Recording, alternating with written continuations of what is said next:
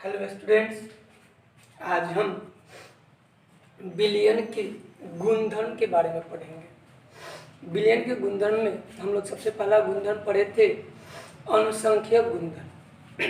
सबसे पहला गुणधर्म क्या पढ़े? अनुसंख्यक गुणधर्म। अनुसंख्यक गुणधर्म के कितने प्रकार थे? 4। पहला वाष्प दाब का आपेक्षिक अवमंदन। इस टॉपिक में हम लोग किसके बारे में डिस्कस करेंगे? वाष्प दाब का आपेक्षिक अवमंदन। बुझिए, वाष्प दाब का आपेक्षिक अवमंदन, relative loading of vapour pressure. इसमें सबसे पहला वर्ड क्या है हुआ? वाष्प दाब। ये वाष्प दाब क्या है? तो दाब से तो हम लोग पहले से परिचित है, 10th क्लास में पढ़े होइएगा। दाब क्या है? तो force per unit area. Force per unit area. अब हमें यहाँ क्या पढ़ना है? वाष्प दाब। वाष्प दाब क्या है? आपसे कोई पूछे कि वाष्प दाब क्या है, तो क्या कहिएगा?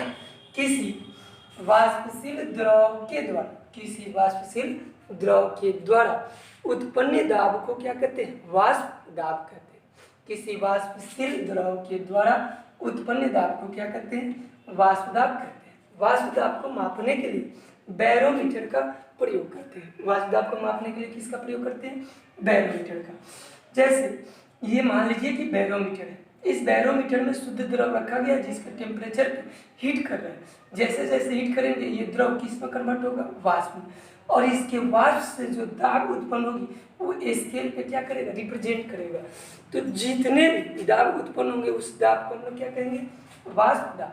अब इसमें फिर एक वर्ड आया, वाष्पशील द्रव। ये वाष्पशील द्रव क्या है? जिसको हम लोग वोलेटाइल लिक्विड कहते हैं। वाष्पशील द्रव को क्या कहते हैं?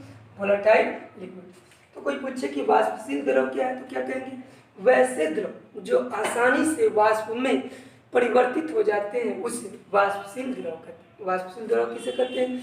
तो वैसे द्रव जो आसानी से वाष्प में परिवर्तित हो जाते हैं वैसे द्रव को क्या कहते हैं? वाष्पशील द्रव। अब ये जो वाष्प दाब उत्पन्न होते हैं, इस वाष्प दाब को प्रभावित करने वाले कारक कौन कौन से?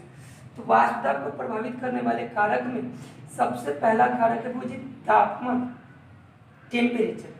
तो तापमान जो है वो वाष्प दाब के समानुपाती होता है। वाष्प दाब से क्या होता है? समानुपाती। अर्थात जैसे जैसे तापमान बढ़ेगा वाष्प दाब का मान भी क्या होगा? बढ़ेगा।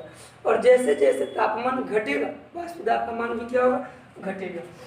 दूसरा हुआ कारक होता है अंतर आणविक आकर्षण बल। अंतर आणविक आकर्षण बल वाष्प दाब के व्युत्क्रमानुपाती होता है। वाष्प दाब पे क्या होता है? व्युत्क्रमानुपाती। अर्थात अगर आकर्षण बल अधिक होगा तो वाष्प दाब कम उत्पन्न होंगे, और अंतर आणविक आकर्षण बल कम होगा तो वाष्प दाब क्या होंगे? अत्यधिक उत्पन्न होंगे। तीसरा कारक है वो जी अघुलनशील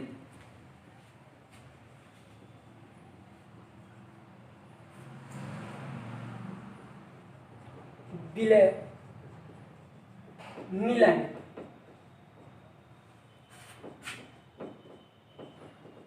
तीसरा कारक क्या है वो जी? अघुलनशील विलय मिलाने पर। वो जी अघुलनशील विलय अगर मिलाते हैं तो क्या होता है? तो इसमें एक बात याद रखिएगा, जब शुद्ध द्रव में अघुलनशील पदार्थ मिलाते हैं,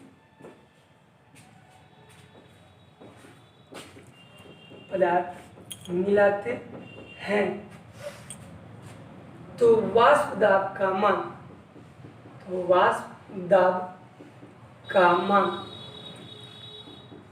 घट जाता है। वाष्प दाब का मान क्या होता है? घट जाता है। किसी भी शुद्ध द्रव में जब अघुलनशील विलय पदार्थ मिलाते हैं तो उसके वाष्प दाब का मान क्या होता है? घट जाता है। क्यों? क्योंकि अघुलनशील पदार्थ मिलाने पर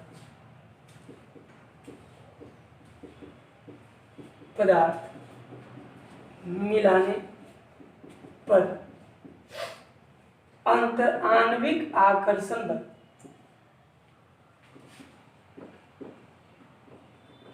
अंतर आणविक आकर्षण बल बढ़ जाता है। तो ये बात ध्यान में रखिएगा कि जब किसी भी शुद्ध द्रव में अघुलनशील पदार्थ मिलाते हैं तो उसके वाष्प दाब का मान क्या होता है, घट जाता है। क्यों? क्योंकि उसके अंतर आणविक आकर्षण बल का मान बढ़ जाता है। जैसे एक छोटा सा हमने कंटेनर लिया, उस कंटेनर में हमने शुद्ध द्रव रखा। क्या रखा वो जी? शुद्ध द्रव। तो इस समय इसके वाष्प दाब का मान लीजिए कितना होगा, पी नॉट। कितना मान लीजिए? P not. और जैसे ही इस शुद्ध द्रव में हम अघुलनशील पदार्थ मिला दिए तो ये क्या बन गया, विलयन। अब इसके वाष्प दाब का मान कितना होगा वो जी? तो मान लीजिए पीएस। तो इस पी नॉट का मान हमेशा क्या होगा, ज्यादा होगा। किससे? पीएस से। अब दोनों के बीच अगर अंतर निकालें तो दोनों के बीच अंतर क्या हो जाएगा, पी नॉट माइनस पीएस। तो शुद्ध द्रव के वाष्प दाब एवं विलयन के वाष्प दाब में जो अंतर आता है उसी अंतर को हम लोग कहते हैं वाष्प दाब का अवनमन। उसको क्या कहते हैं वो जी? वाष्प दाब का अवनमन। तो ये जो अंतर आता है उसको हम लोग क्या कहते हैं, वो वाष्प दाब का अवनमन। तो याद रखिएगा, अगर आपसे कोई पूछे कि वाष्प दाब का अवनमन क्या है, वाष्प दाब का अवनमन क्या है, तो वो जी वाष्प दाब का अवनमन कोई पूछे तो क्या कहेंगे कि शुद्ध द्रव के वाष्प दाब इट मीन्स पी नॉट एवं विलयन के वाष्प दाब इट मीन्स पीएच के बीच के अंतर को क्या कहते हैं, वाष्प दाब का अवनमन। तो वाष्प दाब का अवनमन बराबर क्या हो जाएगा, शुद्ध द्रव का वाष्प दाब माइनस विलयन का वाष्प दाब। वाष्प दाब के अवनमन को किसी से डिनोट करते हैं, डेल पी से। तो del P is equal to क्या हो जाएगा, पी नॉट माइनस पीएस। अब वाष्प दाब का अवनमन निकल गया तो उसके बाद हम लोग क्या निकालेंगे, वाष्प दाब का आपेक्षिक अवनमन। वाष्प दाब का आपेक्षिक अवनमन। वो जी वाष्प दाब का अवनमन एवं शुद्ध द्रव के वाष्प दाब के अनुपात को वाष्प दाब का आपेक्षिक अवनमन कहते हैं। वाष्प दाब का आपेक्षिक अवनमन किसको कहते हैं, तो वाष्प दाब का अवनमन एवं शुद्ध द्रव के वाष्प दाब के अनुपात को क्या कहते हैं, वाष्प दाब का आपेक्षिक अवनमन। तो वाष्प दाब के आपेक्षिक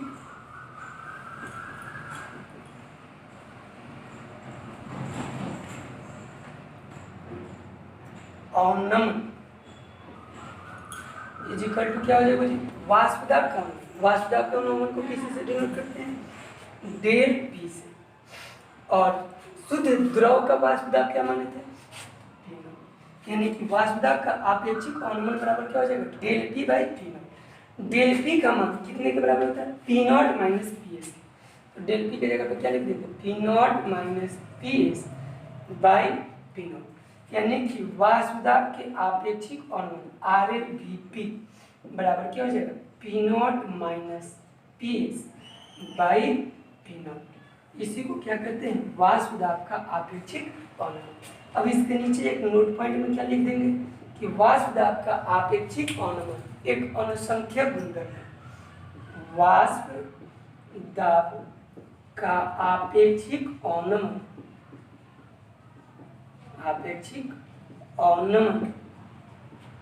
एक अनुसंख्यक गुणधर्म है। अनुसंख्यक